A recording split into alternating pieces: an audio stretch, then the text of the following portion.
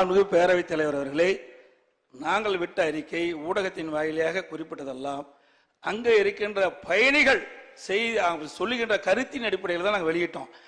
ஏன் மாண்பு உறுப்பினர்களுக்கு தெரியும், இங்கே இருக்கிற அமர்ந்திருக்கிற உறுப்பினர்களுக்கும் தெரியும், தங்களுக்கும் தெரியும். கொரோனா காலம் 2020 எப்படி இருந்தது நாடே அறியும். ஓராண்டு காலம் எந்த பணியும் மேற்கொள்ளவில்லை. அதனால அந்த குறிப்பிட்ட காலத்தில் அந்த பணி நிறைவு செய்ய முடியவில்லை. அதனால் ஆட்சி மாற்றம் ஏற்பட்டது. உங்களுடைய ஆட்சி வந்த பிறகு அந்த பணி செஞ்சிருக்கிறீங்க. மக்கள் கேட்பது முழுமையான பணிகள் முடிந்த பிறகு திறக்கப்பட்டிருந்தால் இந்த பிரச்சனைக்கு இடமளிக்காமல் இருந்திருக்கலாம். இதைத்தான் நான் குறிப்பிடுறேன். நீங்களே சொல்லியிருக்கிறீங்க சிறு சிறு பிரச்சனை இருப்பது, நீங்களே அவையில பேசியிருக்கிறீங்க. அந்த சிறு சிறு பிரச்சனைகளையும் தீர்க்கப்பட்டு முழுமையாக பணி நிறைவு பெற்ற பிறகு இந்த பேருந்து நிலையத்தை திறக்கப்பட்டிருந்தால் இந்த விவாதமே நடைபெற்றிருக்காது. அதைத்தான் நான் குறிப்பிட்டு அறிக்கை வெளியிட்டிருக்கிறோம். மாண்புமிகு அமைச்சர் போதுமே. நீங்க பேரவைத் தலைவர் அவர்களே, மாண்புமிகு முதலமைச்சர் அவர்கள்.